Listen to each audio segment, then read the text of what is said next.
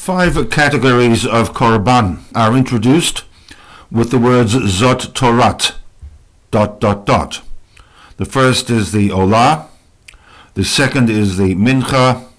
the third is the Chatat, while in Vayikra 7, the Korban Asham opens with the words V'zot Torat HaAsham in Pasuk Aleph, and then in Pasuk 11, V'zot Torat Zevach HaShlamim, the Korban Shlamim. The Korban Asham was obligatory as part of an atonement for one's actions, whereas the Korban Shlamim was voluntary, usually brought as an expression of thankfulness to God for events that had taken place in one's personal life. With respect to the first 2 of the 5 categories, the Korban Olah and the Korban Mincha, Rashi provides us with an interpretation that the word Torat HaOlah and the words Torat HaMincha come to include subsets of each of the respective korbanot that I might have thought would not have applied, and for which the Torah informs us that a single law applies to these subset. In the case of the Korban Olah, the Zot Torat HaOlah is midrashically interpreted to inform us that not only a valid Korban Olah may not be removed from the Mizbeach, similarly an invalid Korban Olah that had been inadvertently placed upon the Mizbeach must remain upon the Mizbeach.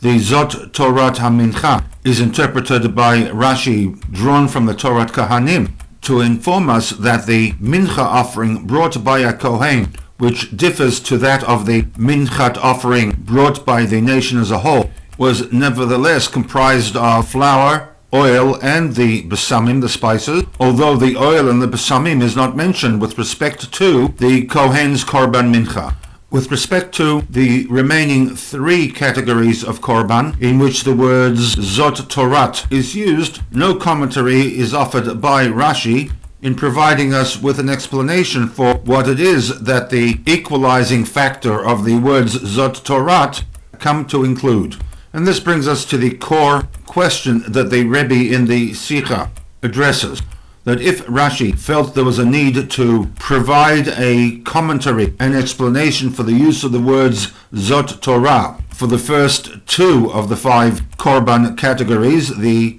Korban Olah and the Korban Mincha, why is it that no commentary is offered by Rashi for the remaining 3? And conversely, if no commentary was necessary, or Rashi was not concerned with providing a commentary for the Korban Chatat, the Korban Asham, and the Korban Shlamim, why did Rashi feel there was a need to provide the commentary for the first 2 categories, the Korban HaOlah and the Korban Mincha?